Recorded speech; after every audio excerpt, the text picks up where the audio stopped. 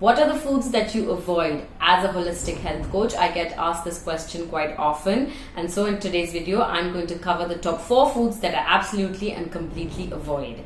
For those of you who don't know me, hi, I'm Bhavika. I'm a holistic health coach and the founder of Ascend with P.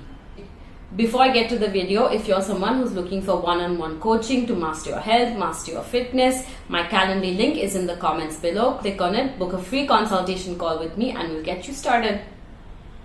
Coming back to the question, what are the foods that I avoid?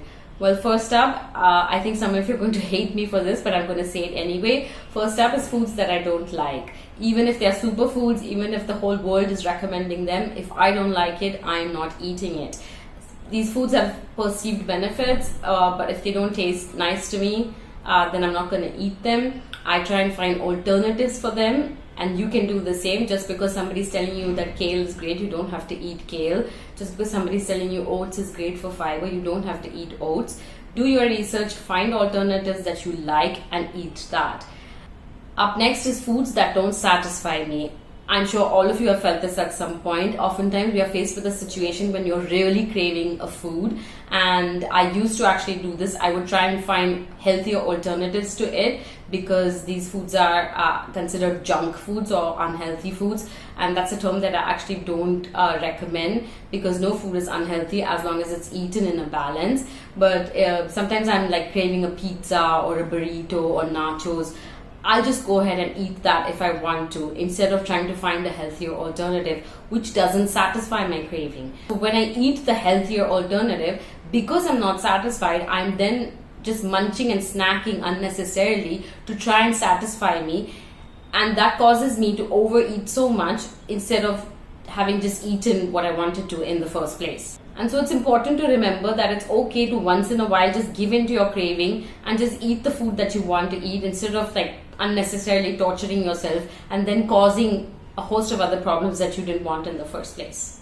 Next up on the list at number 3 is foods that are not in my budget. This one actually encompasses a little bit more than just the money factor. There are so many foods these days that are considered better alternatives to the ones that we have grown up eating and are used to eating, just because there are trends in the West that are dictating what we eat over here. So if there are foods that are not locally available, not seasonally available, and that are outside of my budget, that are way more expensive than an alternative that I could get here, which gives me the same nutrients at less than half the price, then I'm not going to eat those foods. Just because there are trends that are dictated in the US does not mean that we need to follow them here. There are enough alternatives to the foods that are considered nice and healthy to eat that are available here, and you're better off eating those foods instead of just like blindly following Western trends. Rounding up the list at number 4 is foods that cause me to overeat. I'm sure all of us have that one food that causes us to overeat. We have no control. All the control goes out the window. For me, that is chips, any kind of chips. If you give me a packet of banana chips or potato chips, I will demolish them in no time and keep reaching for more. So these are the kinds of foods that I keep slightly out of reach and that are not visible to me. So I'll keep it like on a higher shelf so I'm not tempted by it all the time.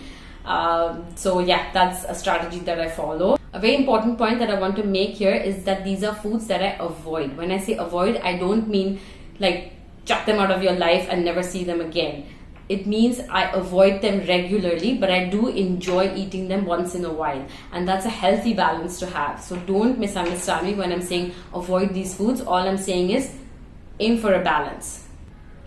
That's it for today's video. I hope you enjoyed what I shared. If you did, I would absolutely love it if you could hit the like and subscribe button so that I can keep doing this stuff for you guys. Again, remember, if you're someone who's looking for one-on-one coaching to master your health, to master your fitness, hit the Calendly link in the comments below and book an appointment and we'll get you started. I'll see you next time. Thanks for watching. Bye.